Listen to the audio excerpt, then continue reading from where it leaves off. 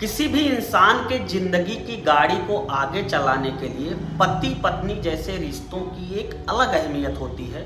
रिश्तों को चलाने के लिए विश्वास रूपी एक मजबूत डोर की जरूरत होती है। अगर इस डोर में विश्वास रूपी डोर कहीं भी थोड़ी कमजोर पड़ी तो रिश्तों के बीच एक दरार आ जाती है और यही दरार देखते देखते किसी भी परिवार के पतन का मुख्य कारण बन जाती है। दोस्तों, आज की कहानी में भी कुछ ऐसा ही हुआ जब एक पत्नी ने अपने रिश्तों को तार करते हुए अपने भाई के साथ ही मिलकर अपने ही पति को दीपावली के दिन मौत के घाट उतार दिया। नमस्कार, प्रणाम, आदाब, शास्त्रीय काल, क्या हालचाल। उम्मीद है आप स्वस्थ होंगे, मस्त होंगे। आप देख रहे हैं आपका अपना YouTube channel DD story station. दोस्तों, कहानी में आगे बढ़ेंगे, पर कहानी में आगे बढ़ने से पहले आपसे मेरा छोटा सा विनम्र अनुरोध कि अभी तक आपने चैनल को सब्सक्राइब ना किया हो तो चैनल को सब्सक्राइब करके साथ में बेल आइकन की बटन को प्रेस कर लेना, ताकि ऐसी कहानियां जब मैं अपलोड करूं तो उसका नोटिफिकेशन आपको आसानी से मिल जाए। आइए बिना देरी के शुरू करते हैं कहानी को। कहानी की शुरुआत होती है उत्तर प्रदेश की राजधानी लखनऊ से। लखनऊ का एक थाना लगता है मानस नगर। इसी थाने में एक इलाका आता है इंद्रलोक। इंद्रलोक मोहल्ले के एक घर के सामने 12-13 नवंबर यानी दीपावली की रात 2 बजे एक कार आकर रुकती है। कार में कुल 3 लोग, पति, पत्नी और उनकी बेटी मौजूद थे। पति जैसे ही कार के नीचे उतरता है और दरवाजा खोलता है, जैसे ही वो पहला पैर अपना कार के नीचे रखता है, अचानक उसके ऊपर एक एक करके 5 गोलियां बरसा दी जाती हैं। और जब तक पत्नी कार से नीचे उतरकर सारा मामला समझ पाती, पति वहां पर लहूलुहान स्थिति में नीचे गिर चुका था। पत्नी कार से नीचे आती हैं और चिल्लाना शुरू करती हैं। जब वो तेज से दहाड़े मारने शुरू करती हैं, क्योंकि दीपावली का उसी दिन त्यौहार भी था, लोग दीपावली का त्यौहार मना रहे थे, चारों तरफ पटाखे दग रहे थे और लोगों को जब हो हल्ला की भनक लगती है तो उस मोहल्ले के काफी लोग वहां पर इकट्ठा हो जाते हैं। जब इस लहूलुहान व्यक्ति को उठाया जाता है तो उसे देखने पर यह प्रतीत हो रहा था उसके सर और शरीर के बाकी हिस्सों से काफी मात्रा में खून बह चुका है। अब वहाँ पर जो मोहल्ले वाले उपलब्ध थे, जो उस भीड़ का हिस्सा बने थे, उस रात 2 बजे उनकी पत्नी के चिल्लाने के बाद वहाँ पे इकट्ठा हुए थे और आए थे। उन लोगों ने नज़दीकी का एक पुलिस थाना पड़ता है कृष्णा नगर, वहाँ के पुलिस को इस सारे घटनाक्रम की जानकारी दी कि यहाँ पर गोली चल गई है और एक व्यक्ति को 5 गोलियाँ लगी हैं, जो अभी ज़मीन पर लहूलुहान स्थिति में पड़ा हुआ है।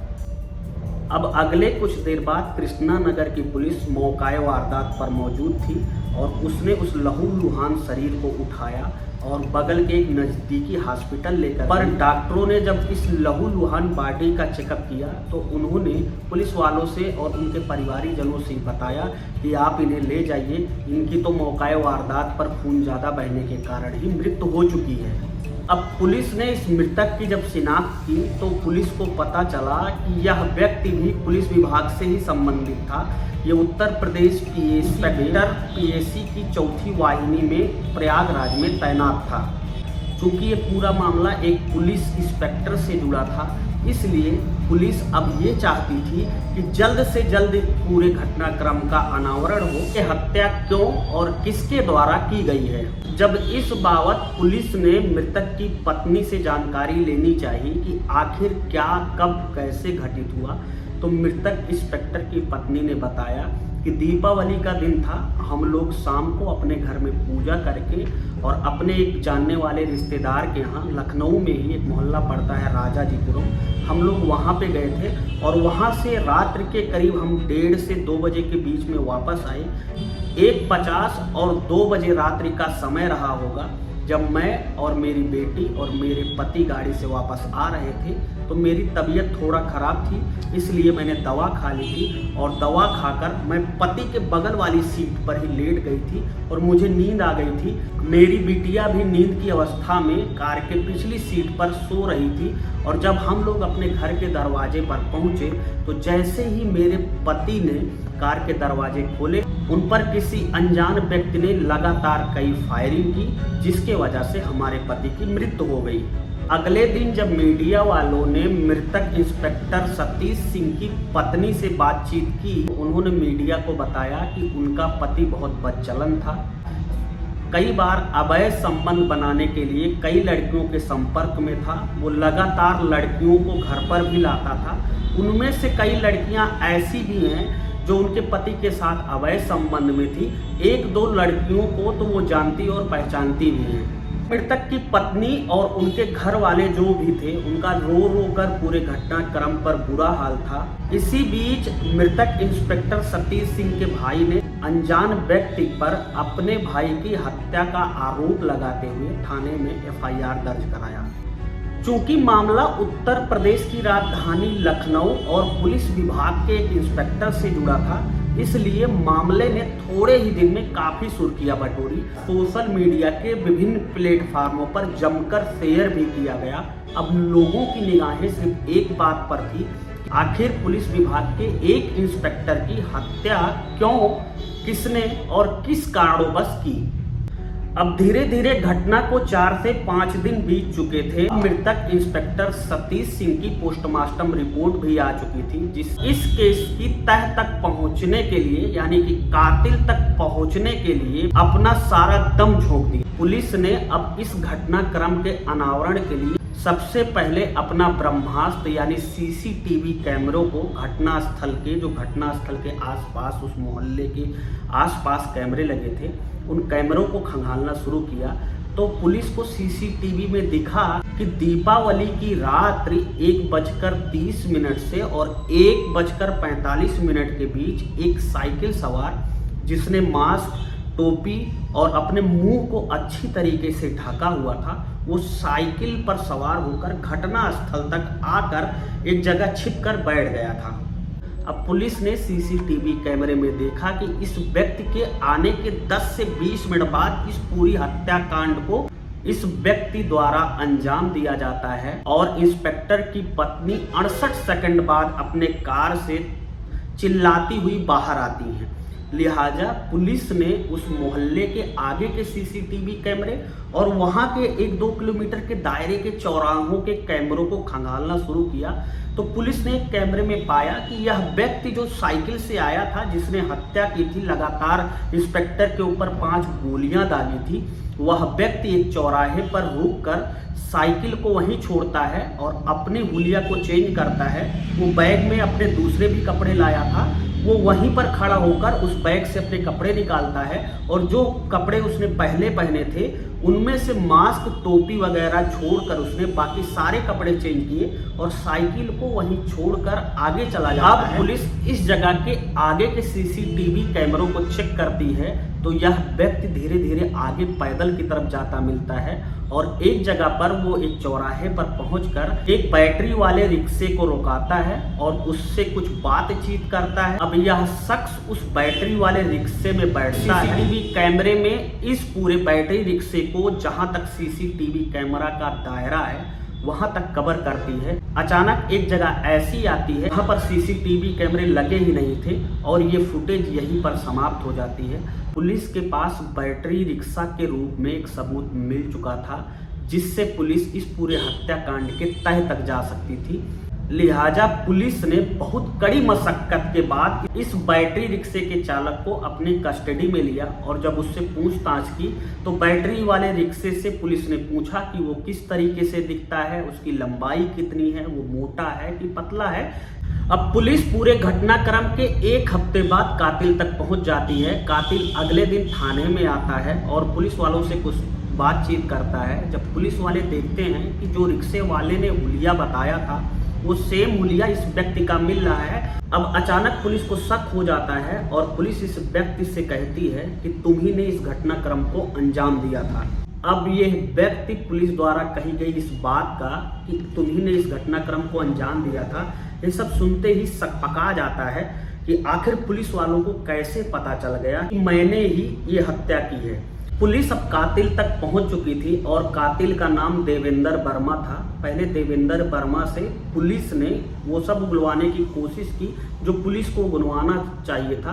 पुलिस ने पहले देवेंद्र वर्मा से सरलता से पूछताछ की कि भैया क्यों बवाल कर रहे हो, सीधा सीधा बता दो कि तुमने हत्या कैसे की और क्यों की, किस वजह से की।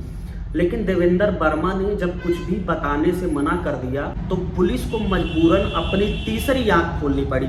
और जैसे ही पुलिस ने अपनी तीसरी आंख खोली, देवेंद्र ने हत्या की सारी कहानी को एक एक करके बयां कर दिया। देवेंद्र ने जो बताया वो वाकई चौंकाने वाला था। दरअसल देवेंद्र ने जिसको मौत के घाट 5 गोलियां मारकर उतारा था वो कोई और नहीं बल्कि उसका सगा बहनोई यानी कि जीजा था। देवेंद्र ने बताया कि उसका बहनोई यानी कि उसका जीजा शादी होने के बाद से ही कई लड़कियों से अवैध संबंध में था और जब मैंने अपने बहन की शादी की उसके कुछ दिन बाद इसका खुलासा हुआ कि उसका बहनोई एक रंग मिजाज टाइप का आदमी है, लिहाजा उसके पिता और उसके माता यानी इंस्पेक्टर सतीश सिंह के सास और ससुर ने भी सतीश सिंह को कई बार इस बाबत समझाया, लेकिन इंस्पेक्टर सतीश सिंह ने उन्हें धमकी दिया और अपने ससुराली जने को ये बताया कि अगर बीच में कोई आया तो मैं गोली से उड़ा दूंगा। तो ये ससुराल पक्ष के लोग इंस्पेक्टर सतीश सिंह से डरते थे। घर वालों ने कई बार उसकी बहन को ये कहा कि अगर तुम्हारा पति बदचलन है और वो कई और लड़कियों के साथ शारीरिक संबंध और अवैध संबंध के जाल में फंसा है तो तुम उसे छोड़ दो, डिवोर्स दे दो। सतीश सिंह की पत्नी ने कहा कि ये संभव नहीं है, मैं इनको छोड़कर नहीं जाऊंगी। और एक दिन सतीश सिंह ने एक लड़की बुलाई जिसको उसकी खुद की बेटी ने देख लिया और ये बात उसकी मम्मी से बताई। सतीश सिंह की पत्नी ने सतीश सिंह से इस लड़की के बारे में पूछा तो सतीश सिंह ने उस दिन पत्नी को बहुत मारा पीटा था। ये कहानी अब एक दिन की नहीं थी। सतीश सिंह लगातार लड़कियां लाता था और जब उसकी पत्नी विरोध करती थी तो सतीश सिंह उसे बहुत मारता पीटता था। वो अपने मायके पक्ष के लोगों, अपने भाई, अपने पिता और अपने माता से बताती थी। एक दिन जब उसका पति फिर से किसी अनजान लड़की को घर पर लेकर आया तो सतीश सिंह की पत्नी ने इसका फिर से दोबारा विरोध किया, पर सतीश सिंह ने उस दिन भी अपनी पत्नी को बहुत मारा, लिहाजा उसकी पत्नी ने सारी बात अपने भाई को बता दी। और अगले दिन दोनों भाई बहन ने सतीश सिंह को ही रास्ते से हटाने का प्लान बना लिया और ये सोचा कि न रहेगा बांस और न बजेगी बांसुरी।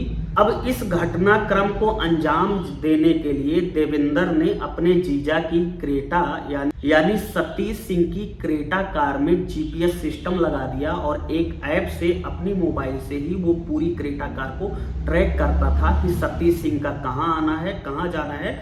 और घटना वाले दिन भी वो अपने मोबाइल के ऐप से पूरी कार को ट्रैक कर रहा था कि सतीश सिंह अपने घर कब वापस आएंगे। इस घटनाक्रम को करने के लिए सतीश सिंह की पत्नी और उसके साले यानी कि भाई बहन ने 2 महीने पहले ही पूरा प्लान बैठकर सातिराना अंदाज में तैयार कर लिया था, जिसके तहत देवेंद्र ने एक पिस्टल, एक असलहा और एक पुरानी साइकिल भी खरीदी थी। इसका पैसा देवेंद्र को उसकी खुद की बहन यानी मृतक इंस्पेक्टर सतीश सिंह की पत्नी ने ही दिया था।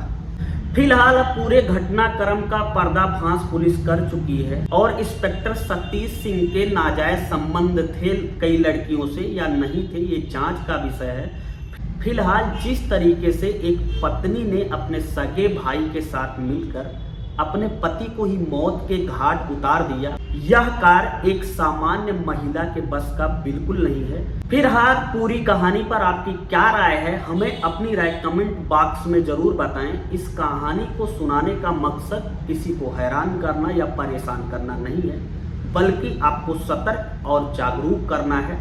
चैनल को ना सब्सक्राइब किया हो तो चैनल को सब्सक्राइब कर लेना, बेल आइकन की बटन दबा लेना। मिलता हूं किसी और वीडियो के साथ आपको जल्द ही। तब तक के लिए जय हिंद, वंदे मातरम। स्वस्थ रहें, सजग रहें।